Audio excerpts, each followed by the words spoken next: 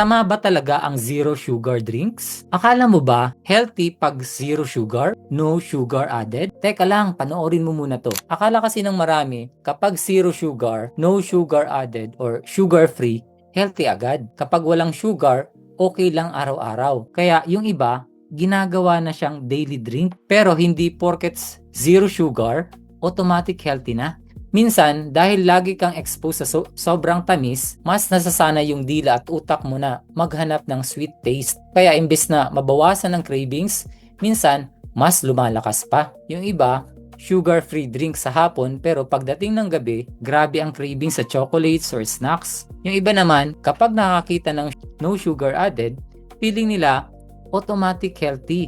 Karamihan sa zero sugar or sugar-free drinks, gumagamit ng sweeteners tulad ng aspartame, sucralose, stevia. Wala man itong regular sugar pero matamis pa rin ang lasa. So, simple lang muna. Una, huwag mong gawing kapalit ng tubig ang zero sugar drinks.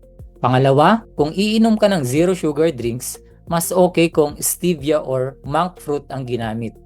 Pangatlo, sanayin mo ulit ang panglasa mo sa hindi sobrang tamis.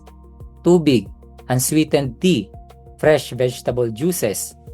Pang-apat, obserbahan mo ang sarili mo. Kapag uminom ka ba ng zero sugar drinks, nababawasan ba yung cravings mo? Kung ang choice mo ay regular soft drinks na mataas sa sugar versus zero sugar drink, mas mababa talaga ang sugar load ng zero sugar option. Pero mas healthy yung mga gulay or herbs na ginawang juice with stevia or monk fruit. Pwede siyang inumin.